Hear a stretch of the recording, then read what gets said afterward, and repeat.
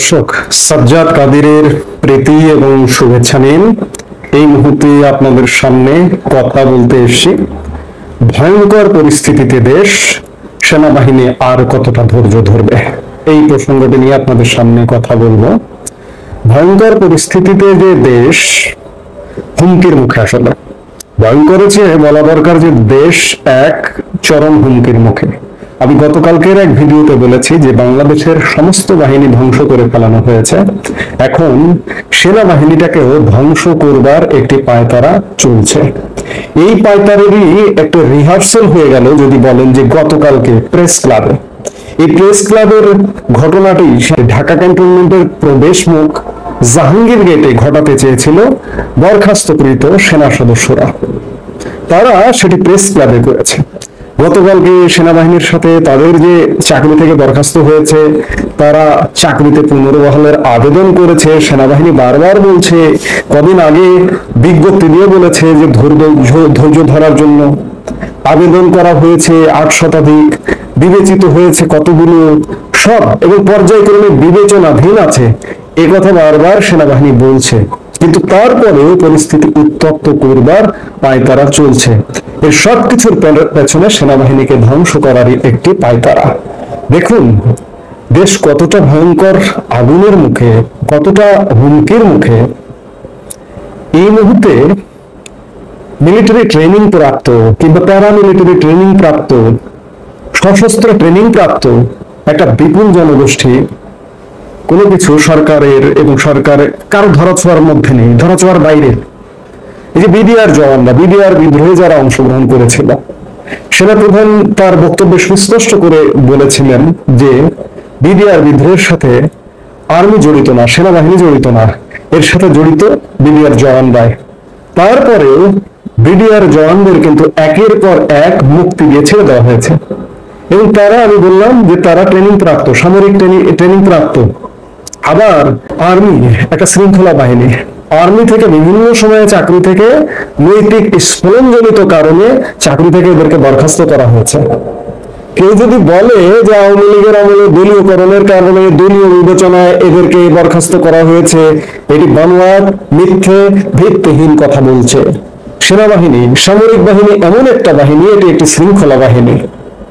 এই বাহিনীতে শৃঙ্খলা পরিপন্থী কাজ করলে ছাড় নেই, সাথে সাথে বরখাস্ত করা হয় এবং যাদেরকে বরখাস্ত করা হয়েছে তাদের আসলে আইন অনুযায়ী চাকরিতে ফেরবার সুযোগ নেই।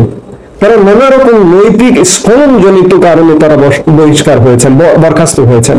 তারা আজকে চাকরি ফেরাবার দাবি করছেন, আন্দোলন করেছেন প্রেস ক্লাবে, যেটি জাহাঙ্গীর গেটে হবার কথা ছিল, এবং তাদের আন্দোলনকে সম্মান জানিয়ে তারপরে সেনাবাহিনীর পক্ষ থেকে তাদের সাথে আলোচনা বুঝবার জন্য পদক্ষেপ নেওয়া হয়েছিল এবং আলোচনার অংশ হিসেবে একজন জেনারেলের নেতৃত্বে, একজন ব্রিগেডিয়ার জেনারেল নেতৃত্বে এই সেনা সদস্যদের সাথে আলাপও করেছে।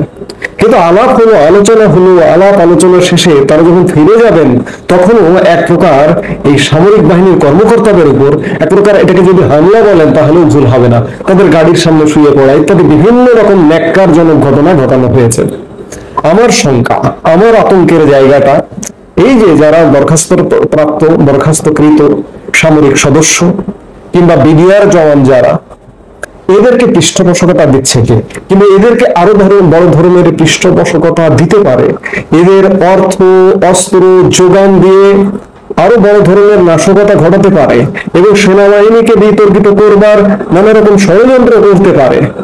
সেই জায়গা থেকে আসলে সেনাবাহিনী কি করছে আমি বারবার প্রশ্ন করি। পৃথিবীর দেশে দেশে বিদ্রোহী গোষ্ঠীর সূত্রপাত হয় কিন্তু এসব থেকেই।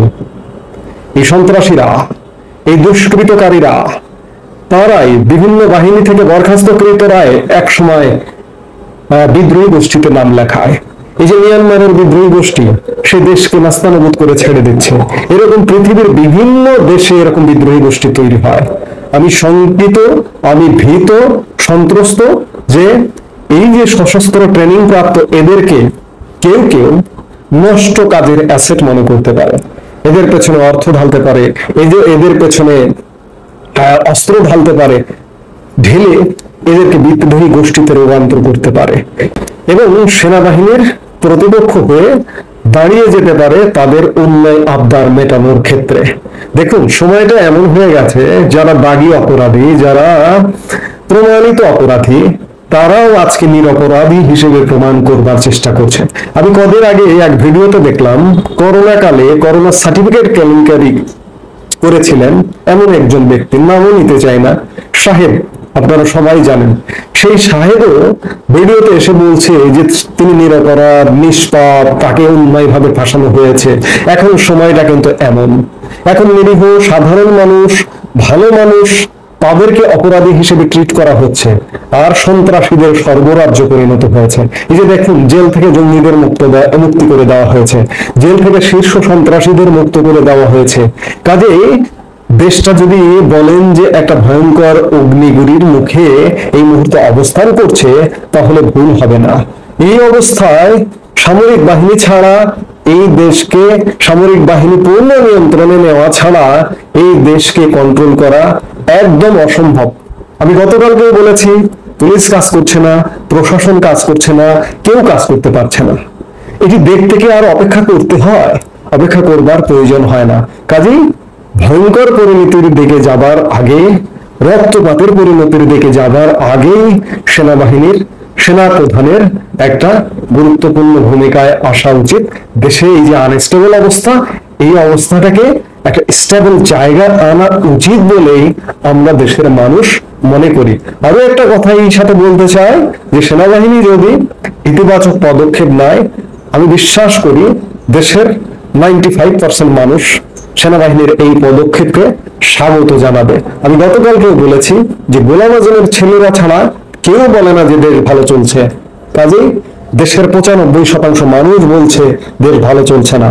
এই মুহূর্তে একটাই দাবি, সেনাপ্রধান জেনারেল ওয়াকারুজ্জামান, আপনাকে প্রতিদিন বলছি, আবারও বলতে চাই, আপনি ইমিডিয়েট একটি ব্যবস্থা নিন, আমাদের দেশটাকে বাঁচান।